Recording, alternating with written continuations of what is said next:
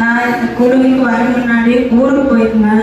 அங்கே எல்லா வாட்டியும் போகும்போதும் எடிக்கும் அன்னைக்கு இருக்கிற இடத்துக்கு போய் பார்க்கணும் அப்படின்னு எல்லாத்துலமே நினைப்பேன். ஆனால் எந்த வாட்டியும் எனக்கு நடக்காது போகும்போது. ஆனால் இந்த மாதிரி எனக்கு இல்லப்பா லாஸ்ட் கிளம்புற அன்னைக்கு தனியாக ப்ரேயர் பண்ணும்போது ஏன் எத்தப்பா ஒரு தடவை இங்கே வந்தோம் அந்த இடத்துக்கு எனக்கு போக முடியல, ஏன் கிடையாது நீங்க பேசுங்க அப்படின்னு நான் நல்லா அழுது எனக்கு கேட்பாங்க. அந்த இடத்த ஏன் பார்க்க வரல, அந்த வீடை வந்து கிளீன் பண்ணல கேட்கும்போது எனக்கு கஷ்டமா இருந்துச்சு. அந்த தேருக்கு வரும்போது ஊழியக்காரர் மூலமா பேசினாங்க.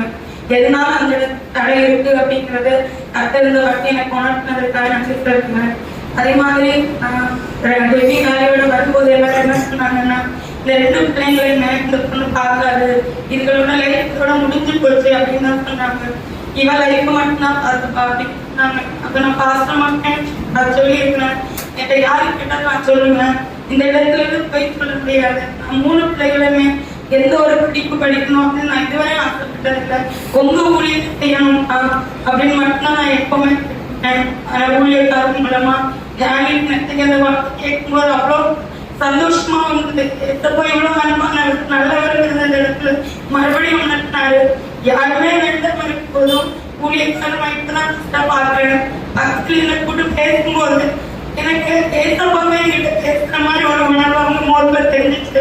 எங்க அப்பா கிட்ட அன்பா பேச நான் பார்த்தது இல்லை. ஆனா அவர் பேசும்போது எனக்கு ரொம்ப இருந்துச்சு. ஏசப்பாவே என்கிட்ட பேசுற மாதிரி இருந்துச்சு. அதே மாதிரி நம்ம ஆவிக்கு கையில விட்டோம்.